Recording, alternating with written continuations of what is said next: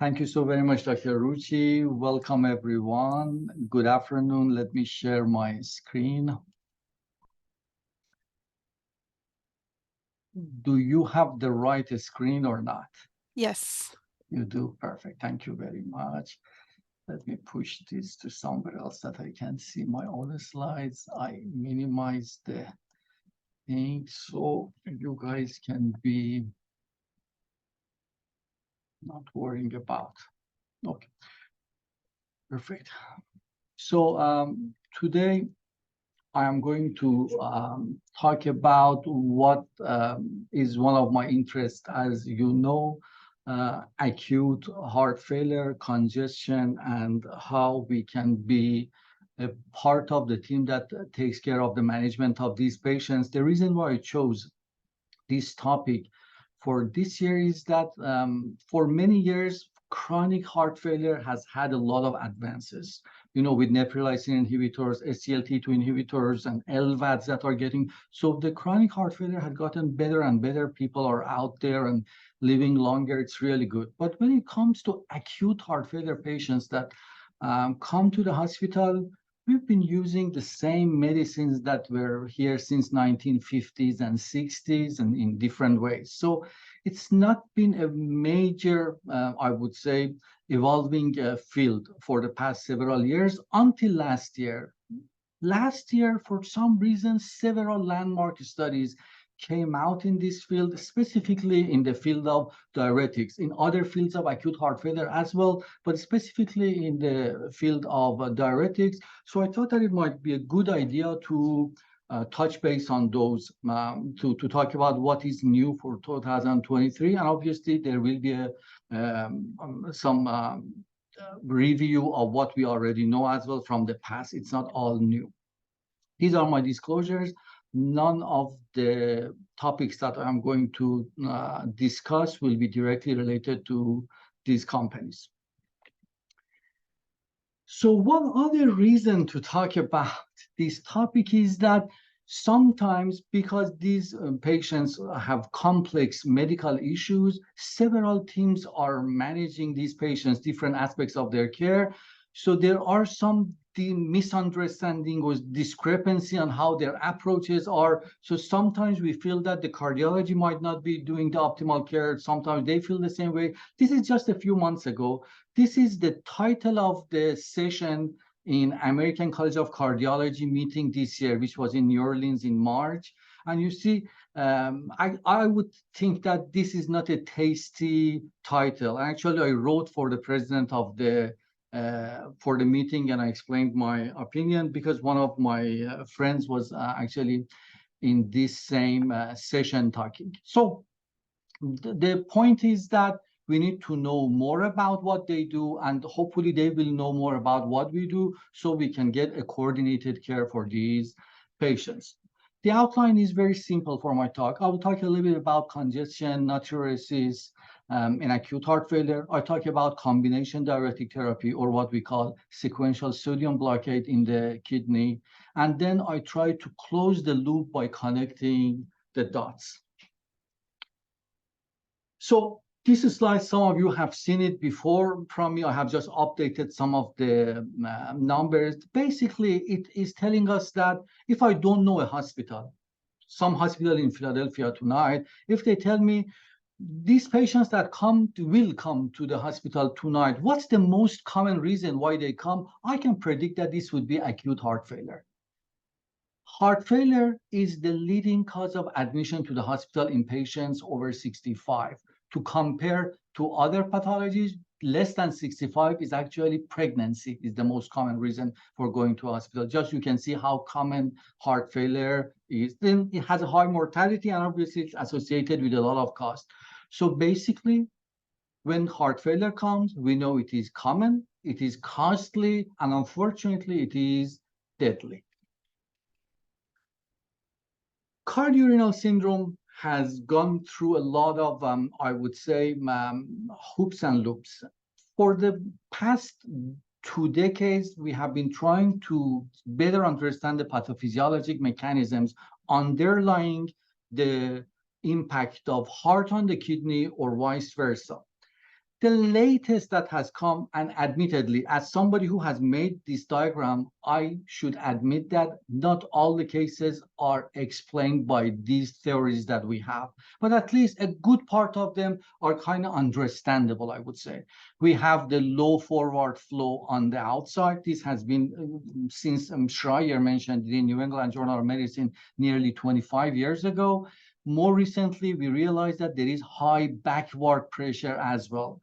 These are the pathways that link the heart and the kidney. The point that I want to make is that both of them go through congestion. Congestion is an integral part of cardiorenal syndrome. I don't go through the details of this slide, but my point is that congestion is a mechanism that is present in nearly all cardiorenal patients. So what does it mean in clinical practice for you and me? This is pathophysiology. What does it mean to you and me?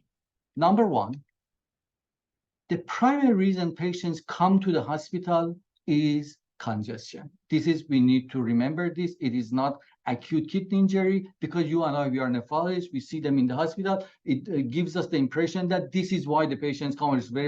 It is common, but this is not the reason why their patients are admitted to the hospital. The second point that is important for us clinically to remember is that the main target of therapy is obviously congestion as well. So this is the reason why the patients come to the hospital. This is what we are trying to target.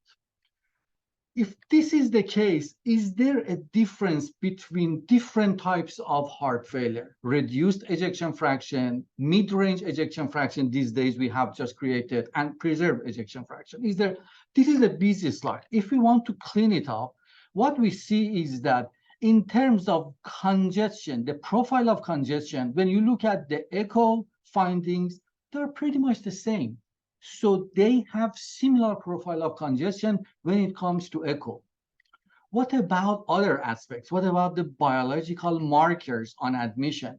It's again the same. So regardless of my ejection fraction, I will have the same profile of congestion when I come to the hospital. The only difference would be here you see BNP. It seems that BNP is higher in patients with reduced ejection fraction, more than those with preserved ejection fraction. So what we learned from these two slides is that regardless of our ejection fraction, the similar profile of congestion makes them in a way that we try to treat them the same. It might end up being wrong.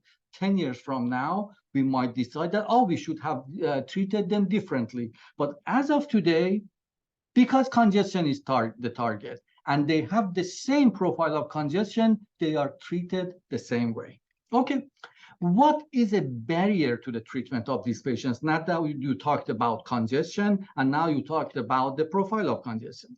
The barrier is that when you start treat them with diuretics, this is the urine output. First day, they are really doing a great job. But look at the next day, 25 to 48 hours, second and third day, and then continues. The urine output comes down. When you look at the urine output per milligram of Bumex or loop diuretic, actually it doesn't come down. It is good.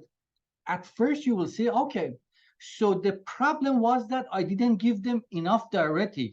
Per milligram of Bumex, they had the same diuresis. I wish this were true. It would have been good. But then when you look at the 24-hour urinary excretion of sodium and chloride, let's look at the sodium, the white bar, you will see that first day it is high, then it comes down. And when you adjust it for milligram of loop diuretic, still is there. What does it tell me? It tells me that when I'm starting to decongest the patient, I give them loop diuretic, their urine output might be good, but they are not putting out much sodium. Sodium is the main determinant of extracellular volume. If I don't take it out, I haven't been efficient in decongesting the patients. So what we learned from these two slides is that urinary sodium excretion tends to decline fast after we start the diuretics. Well, is it bad? The question would be, Are you making a fuss out of nothing, Amir, or it is really something important? It is bad because several studies have shown, and I put one of them that was most recent, that if you have a negative sodium balance, when you have come to the hospital and they have been trying to decongest you, you will have a better outcome compared to somebody who has had a positive sodium balance. And these are the patients who have been on 2 grams per day of sodium. You know, this is not the end of it. The most important one is probably on the right side. It tells you that not only negative sodium balance is better, but if I have a positive sodium balance, despite losing fluid, still I'm in a bad shape, meaning that fluid on its own is not the important thing. Is the sodium within the fluid, within the urine output, that is important. Again and again and again, telling us that urinary sodium is a big deal. Be careful with it. I can lose a lot of urine, but if it doesn't have a lot of sodium in it, I am in a bad shape. That's basically what this slide is telling me. So when you see this, you start to shift your attention from the conventional things. When we go today to a heart failure unit, you look at the urine output, you look at the ionos, you look at the weight. This is what we are looking at. We decide how much diuretic we should give for the next 24 hours. Is this the right thing to do? So we are starting to think about natriuresis-guided therapy. On the left side, you will see the conventional way we are doing. A patient has chronic heart failure, gets acute heart failure. We give them diuretic, and we look at the measures of the metrics that are fluid-based. We look at the urine. But based on the previous study that you see, which is actually an example of several studies, we need to start looking at the urine sodium and decide how much diuretic I should give this patient. If urine sodium is good, the patient is in good shape. If the urine sodium is low, the patient might not have a good outcome. Urine sodium, urine sodium, urine sodium. I hope you are getting the message, and it is coming on again and again in the studies. Dr. Belal in our group, actually, now this is a project he's working on. He has been looking at all the natriuresis-guided trials that have been done in the acute heart failure. If I'm not wrong, he has at least found 20 papers, 20 studies that have looked at it, and they all showed pretty much, not all of them, but they have a tendency to tell us that that's the right way to do.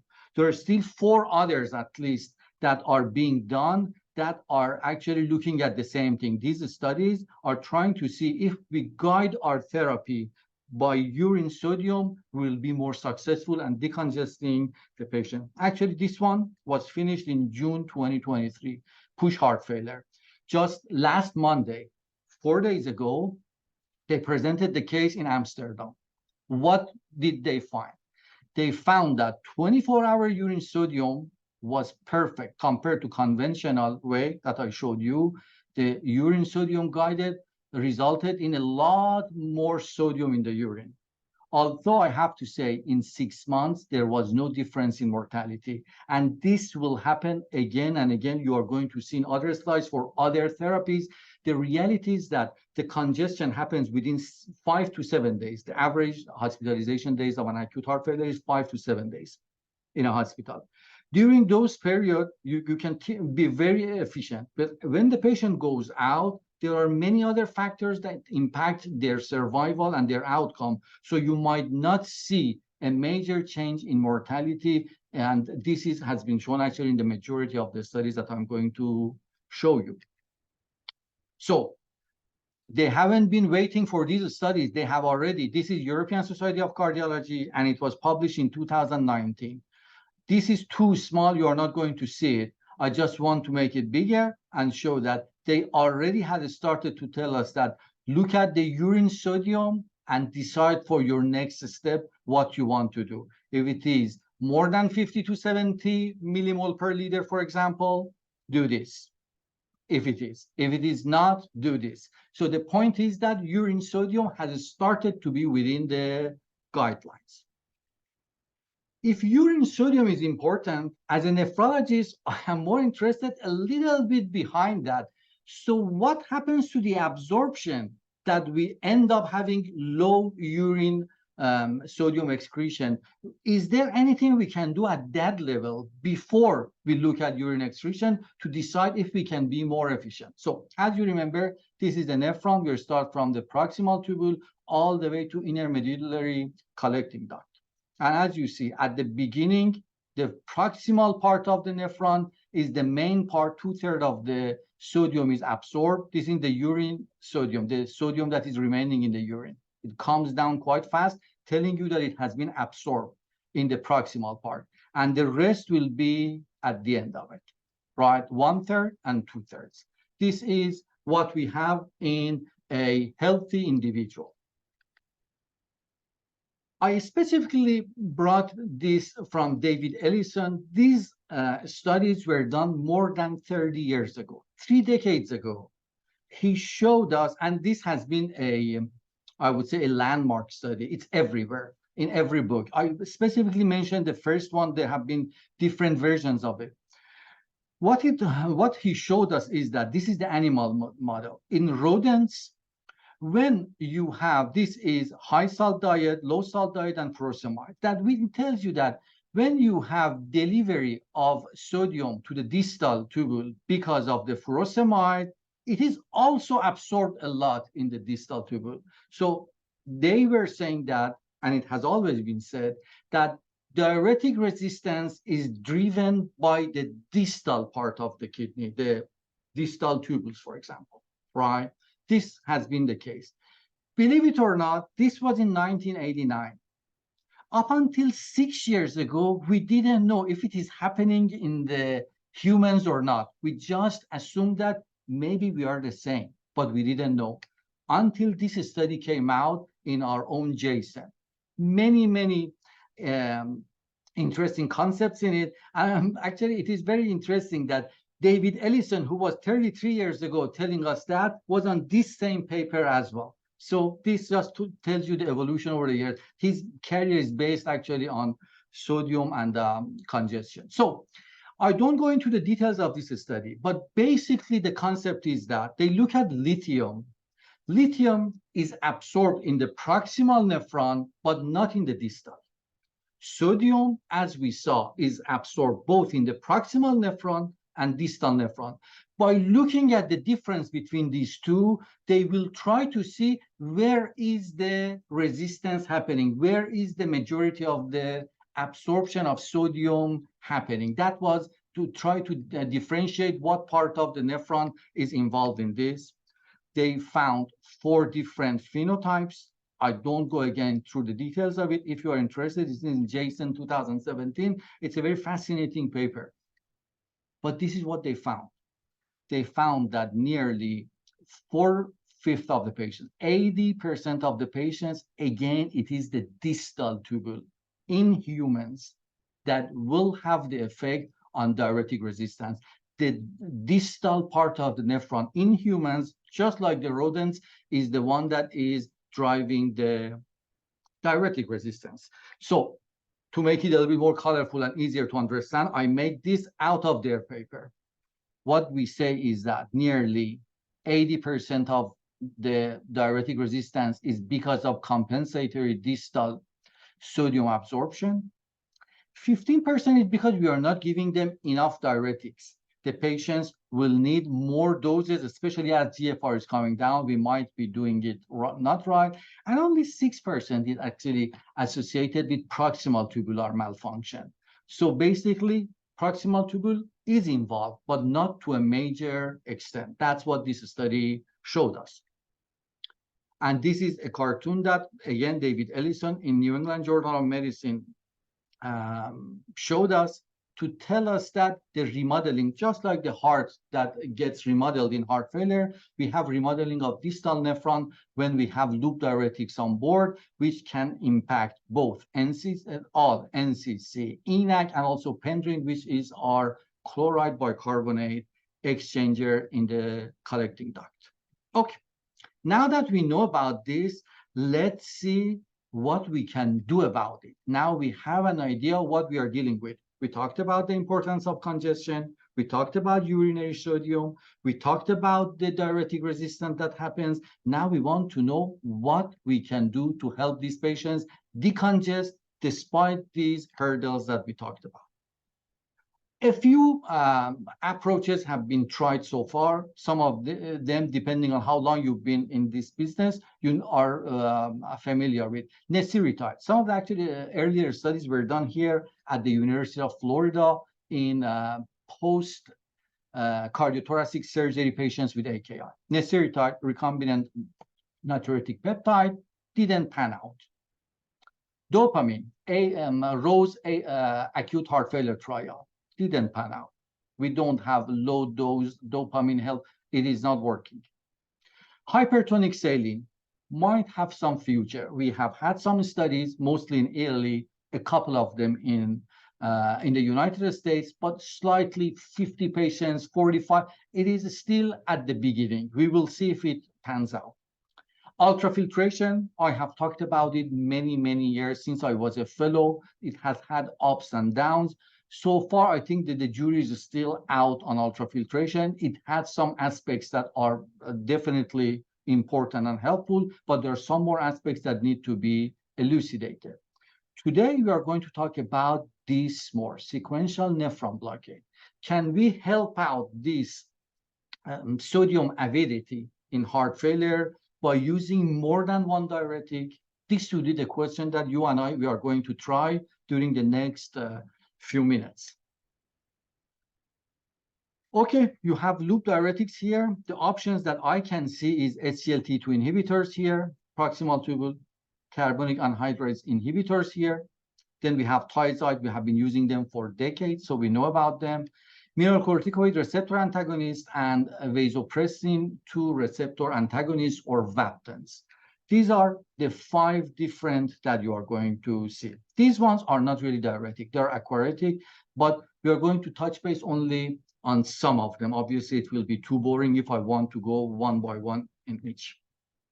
Let's start by our new best friend these days. Both cardiologists and nephrologists love SGLT2 inhibitor. They use it in many different, I would say, clinical settings. One of them is acute heart failure. I'm sure that you know about its impact in CKD, diabetes, heart failure, but I'm not sure how many people have been looking at the studies in acute heart failure as a diuretic. So we know that this is the sodium glucose cotransporter, but the easy way is that because it blocks here, we'll have a lot of sodium here. But actually, if you think about it, that is not the main, I would say, main mechanism by which sodium is absorbed in proximal tubule. Proximal tubule works on NHE3, sodium hydrogen exchanger 3. There are different isoforms. 3 is here, 1 is in the heart. So basically, these two proteins here that are not mentioned here are actually linked. When you are blocking this, you're blocking this. So sodium glucose cotransporter 2 inhibitors are helping natriuresis through blocking NHE3 in proximal tubules. They block this, obviously, but the main impact is here. They have other actually aspects that is interesting. So you would think that NHE3 is stopped, so there is not a lot of hydrogen going out. Do they get acidosis a little bit? They do. SGLT2 inhibitors, it has been shown that you get a mild acidosis when you start it, and that's because of this. Anyways, so one last thing, it's not important for this talk, but I would like to mention it that, you know, SGLT2 inhibitors for heart failure, are they blocking SGLT2 in the heart? That's how they have their benefits? Actually, there is no SGLT2 in the heart. You'd be surprised. There is none. What is in the heart is NHE1, the same NHE3 for us is in our kidney. NHE1 is in the myocardium. That's what they block. The sodium doesn't go in.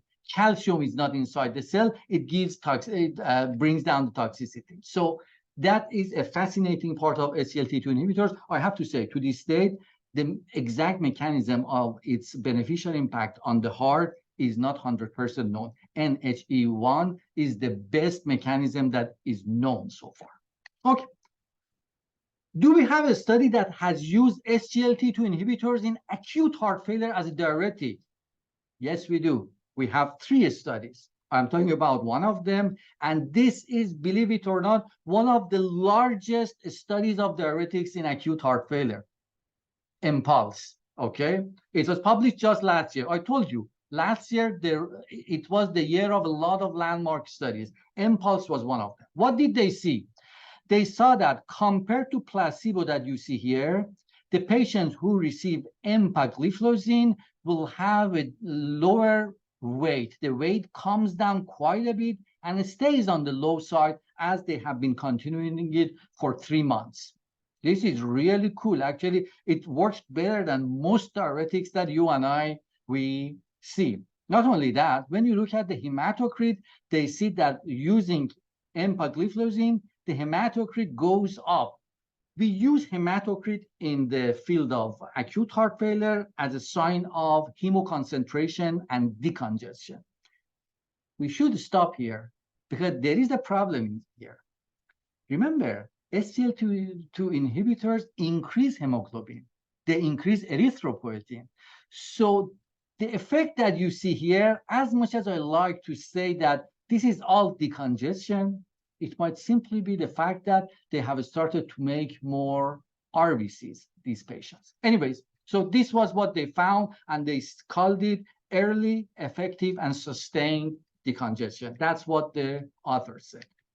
When you look at the endpoints of decongestion, clinical congestion score, hematocrit, and natriuretic peptides, they are doing fine, and they continue to be fine. 15 days, 90 days, 15, 30, 90 days. So they do well, and they sustain it. Having said that, I wouldn't open champagne for Impulse. Why? Because when you look at the urine sodium, you don't see a very, I would say, very promising future for them. Why? This is, again, a little bit too small. When you make it bigger, spot urinary sodium, empagliflozin. Baseline of the patients has been 90. Remember, these patients were on loop diuretic. I added EMPA to see if they decongest better. That was the idea, right? Look at the urine sodium. Did urine sodium go up? Oh, it came down, and it continued to be down, actually. Well, one explanation is that these patients will have a lot of glucose in their proximal tubule. They are not being absorbed. The osmolality goes up, water comes out, and that's why the urine sodium gets diluted. That's actually a good explanation, because if you think about it, one possible reason for them to excrete sodium is that this dilution of the sodium has the back leak of sodium from the proximal cell to the lumen. So it might be the case. Having said that, what we see here is that urinary sodium concentration comes down with gliflozins. So SGLT2, when I was telling you that you stop that, a lot of sodium in it, you see this is not the main reason for the natriuresis. So if you look at the urine output, this is actually based on EMPA response, because Impulse didn't have the urinary volume as much as I wanted it. EMPA response, loop diuretics is here. When you add empagliflozin, urine output goes up. This is day one. Urine sodium concentration, however, it comes down. You would think that overall sodium excretion might go up because you generate more volume of urine. It has less concentration, but when you have more volume, it might have been overall less sodium staying in the body. It might be true. There's no study that has shown it yet. It may be true. Again, last Monday in Amsterdam, late-breaking trial, they looked at dapagliflozin that had been added to loop diuretics. And as you see here, it failed to meet the primary endpoint, which was decongestion. I said expressed, it is diuretic efficiency, cumulative change in weight, per cumulative loop diuretic dose. Okay, so they had their own explanation, and all those we'll see when the paper comes out. We'll decide if it is true or not. But the point is that they are very promising, but are they going to be the new diuretic for acute heart failure? I'm not sure. One thing that I want to mention before moving on is that, SGLT2 inhibitors might not be great diuretics, increasing the urine sodium and all those, but it has been shown that if they are started early in the hospital, there are more chances for the patients to continue it in the outpatient, and that it has shown major impact on the outcome. So on that aspect, it might be still good to keep them on board when a patient comes with acute heart failure. We might or might not get a lot of natriuresis, but we will increase the likelihood of the patient being on SGLT2 inhibitors at long run. This has been one of the things that people have mentioned again and again. What about the second part about proximal tubule, the carbonic anhydrase inhibitors or acetazolamide? Remember, it works here in the proximal tubule. We have cytoplasmic, and we have the membrane bound that works in the lumen.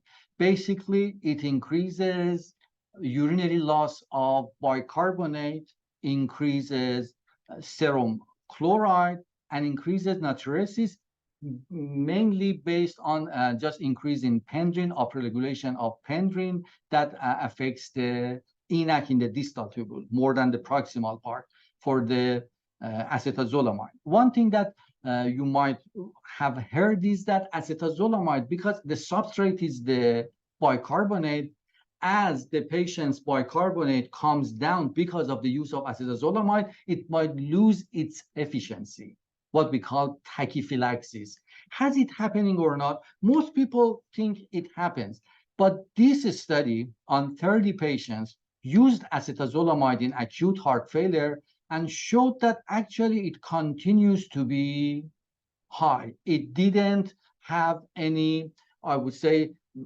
loss of efficiency, at least within the 2 months that these patients received acetazolamide. Serum chloride stayed on the higher side, started low, brought it up, and continued to be high 2 months later. Still, the tachyphylaxis is probably the problem, and the studies that used it for 2-3 days only. That was, I think, it's a smart move. The rest is heart failure. A few years ago, only 34th pilot study used combination of acetazolamide with low-dose loop diuretic versus high-dose loop diuretic. Okay, wanted to see how it happens. This is what they showed. They said, wow, 24-hour urine excretion is the same. So we increased the efficiency of loop diuretics. With lower dose of loop diuretics, we achieved the same level of urinary sodium excretion. That was the argument of the authors. Here it shows that 62% increase in urinary sodium excretion, low dose plus acetazolamide versus high dose loop diuretics. And the BNP was the same. They said they decongested the patients the same way. So they found it a success. Based on that, ADWOR came again last year, one of the landmark trials, New England Journal of Medicine, big deal. 519 patients. They called it the largest study of diuretic in the history. If SGLT2 inhibitors are not considered diuretics, this would be true anyways. So when they looked at the successful decongestion, patients who received acetazolamide compared to placebo, they did much better. The same is decongestion at the time of discharge. Still, they did much better. So this one was diuretic versus loop diuretic plus acetazolamide. The doses of loop diuretic was not different this time, okay? So they showed improvement. When they looked a little bit more at the urine volume, they saw that 0.5 liters of urine was more in the acetazolamide group compared to the loop diuretic alone. And the urine sodium was almost 100 millimole higher at day 2 compared to patients who only received loop diuretics. Well, You have a medicine, it gives you half a liter of urine more and 100 millimole of sodium more in 2 days. I would say it's a success, but the extent of success, I leave it to you to decide if it is a major success or not. If you want to look at it, it looks the same here. They looked at the overall urinary sodium concentration in the whole trial, and the difference between the loop diuretic plus the intervention group was only 12 millimole per liter. So you are giving me a diuretic, and it increases my urine sodium by 12 millimole per liter. Remember, you and I, we are on 100 millimole per day of sodium. I think it goes with the same concept that I showed you, that the majority of diuretic resistance is actually in the distal tubule, and the proximal tubule doesn't have a major role, and just acetazolamide works in the proximal tubule. They also showed that regardless of your serum bicarbonate at baseline, it works for you, but if you want it to work really well, you give it to patients whose bicarbonate is over 27. It works much better for these patients. Actually, it is interesting about carbonic anhydrase inhibitors. The problem with them is that as soon as you start them, the bicarbonate drops quite a bit, right? We talked about it. It gives acidosis. So it gives unintentional unblinding of the studies. You start a randomized controlled study that is supposed to be blind, but just by day 2, you know the patient is in which side. Really change the way the investigators will be treating these patients or not. Hopefully not, but that has always been a concern. We talked about the 2 proximal tubules. Loop diuretics have always been there. One thing that we have always been using is this guy here, right? Thiazides have been our best friends. We have been using them. Actually, this is something that we have been using more than anything else as a combination diuretic therapy. We all know that they act on NCC in the distal tubule, which acts on 10% of the filtrate of absorption of sodium. So it has some effect. Fluorotic, again, was published last year, landmark trial for the first time, 230 patients. They were either on loop diuretic versus loop diuretic plus hydrochlorothiazide. Hydrochlorothiazide dose was different, meaning that depending on your GFR, they gave you higher doses if the GFR was lower. What they found was that the change in weight was better in hydrochlorothiazide, and the change in weight better at 3 days and 4 days. But remember, they had a co-primary endpoint that was change in weight and dyspnea. Dyspnea did not change, actually. All they saw was the change in weight. One thing that is very important to know about this study is that, again, this shows the same thing. Change in weight for 40 milligram of furosemide when adjusted, still you see that hydrochlorothiazide did a much better job than the placebo. One problem with this study was that they used the loop diuretic at a low dose. For some reason, I don't know. I think they were thinking that if they use low dose, then adding hydrochlorothiazide, they will give them a major boost. It didn't happen. And other studies have used the high dose loop diuretic, which is defined as numerically twice the dose of the home dose diuretic, but in the intravenous form, meaning that if I am on 40 milligrams PO of Lasix, when I come to the hospital for acute heart failure, you give me 80 milligram IV, which makes it nearly 4 times more. Okay. The readmission, as I mentioned to you, readmission and all-cause mortality did not change. Keep that in mind. Most of these studies of acute heart failure do not see an impact beyond 3 or 6 months. What about the safety? The safety, we always worry about it. Sure enough, hypokalemia was there. More hypokalemia in hydrochlorothiazide group. And yesterday I mentioned in heart failure patients is super important. We shouldn't just take it very lightly. Impaired renal function, unfortunately, they found that these patients will have more serum creatinine or higher serum creatinine, right? So they came up with the argument that, oh, we see higher serum creatinine maybe because they were better decongested. So the question that I have for you is hemoconcentration one of the mechanisms for increasing serum creatinine when you are treating a patient with acute heart failure? That makes sense, right? We have always been talking about it. Well, as of now, we think that it probably is not true, that hemoconcentration is not considered one of the reasons. At least there is no evidence to support this. So just keep that in mind. I thought it's good to remember that when we are talking about patients that have had higher serum creatinine. When you look at the urine output, you see urine output was higher in hydrochlorothiazide, and they did really a good job in sodium concentration, which is our goal. Thiazides are very important. We have always been using it. You have diuretic resistance. We have always been adding metolazone or hydrochlorothiazide or chlorothiazide IV. We have used all of these for years. I want to mention one point that has changed a little bit the way people are thinking. It's one study only, and it is not a randomized controlled trial. But because of the results that it has been a little bit of a barrier to major use of thiazides in this group, and this comes from the group at Yale. So they looked at the propensity model of analysis for patients who had come for acute heart failure to Yale, 3 different hospitals. They looked at the patients who had add-on metolazone versus high-dose loop diuretic on nearly 14,000 admissions, and 1,000 patients had received metolazone. It is very interesting, actually.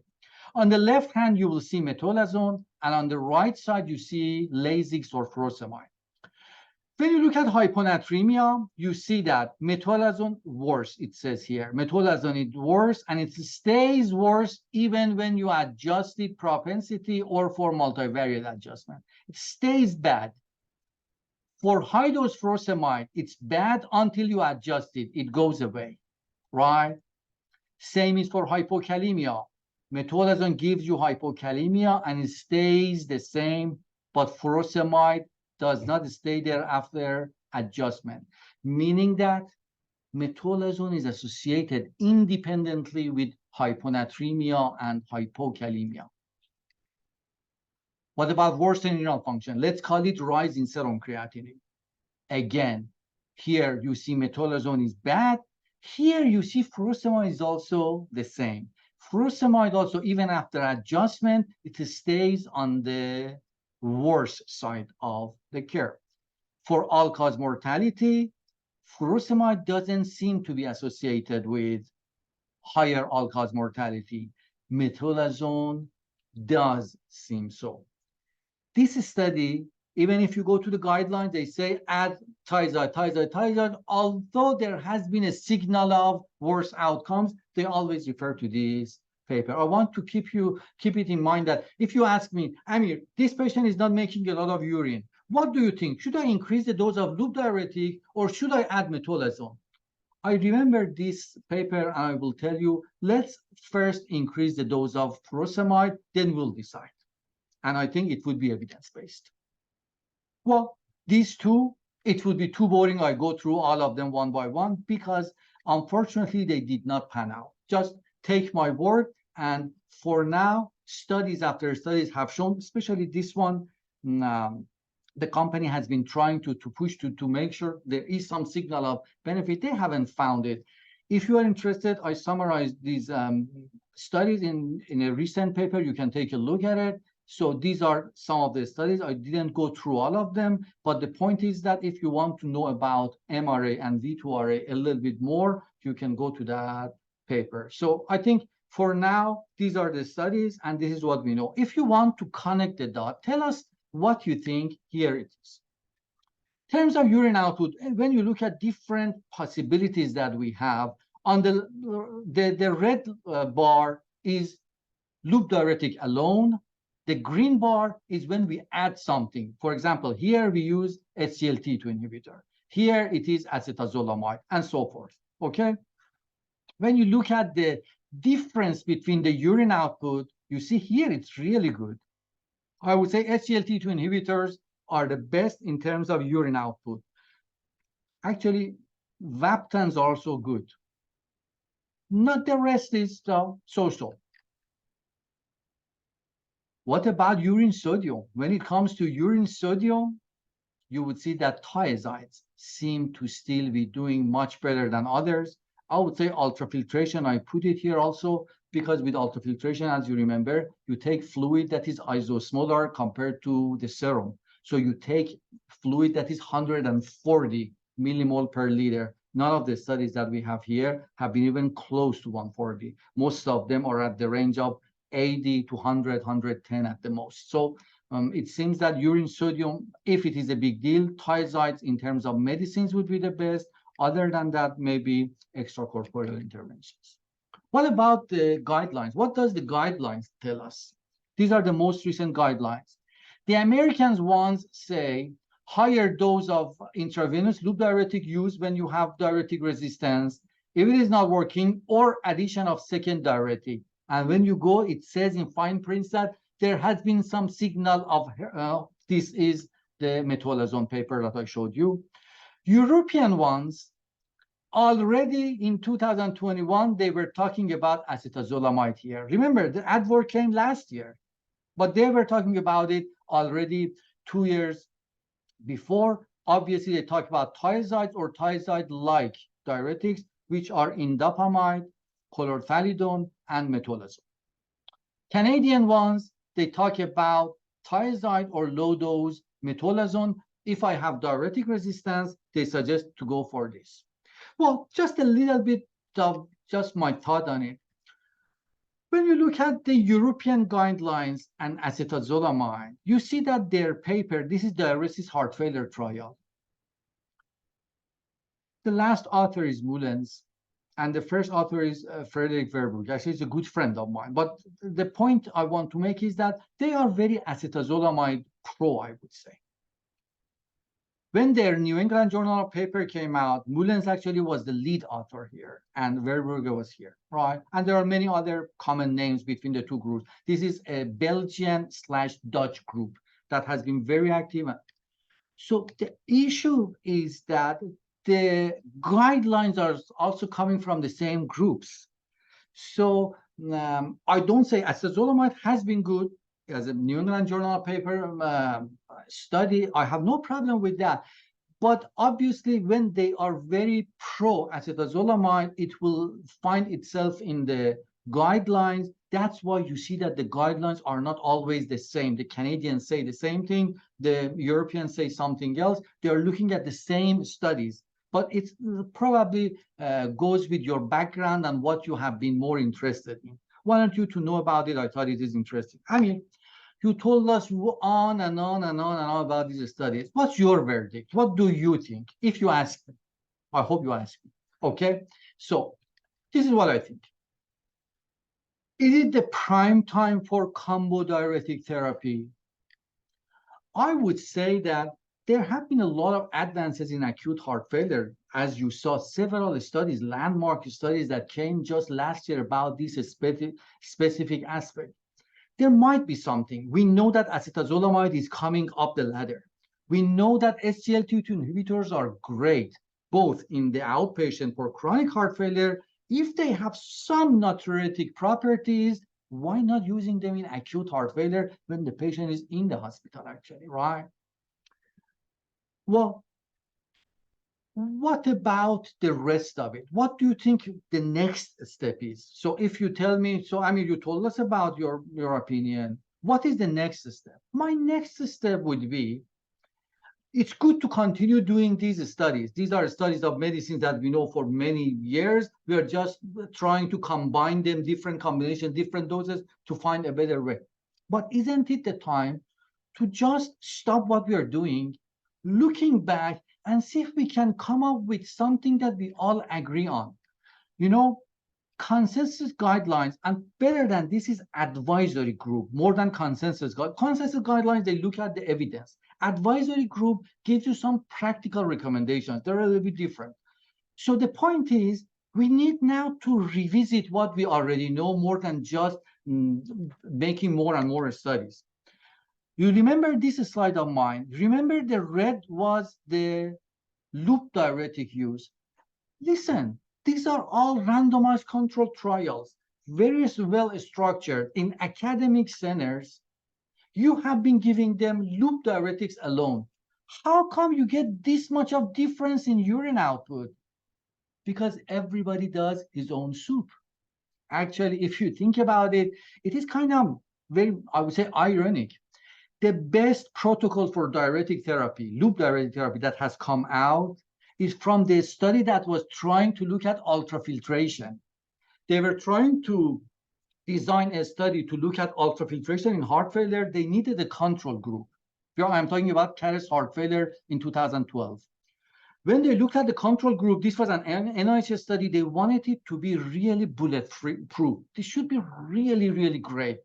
So they came up with such a great design for their loop diuretic therapy that has been now the basic for everybody to try to use it one way or another. And that study, ultrafiltration, didn't do a good job. Obviously, compared to this great design, any other intervention would have been short.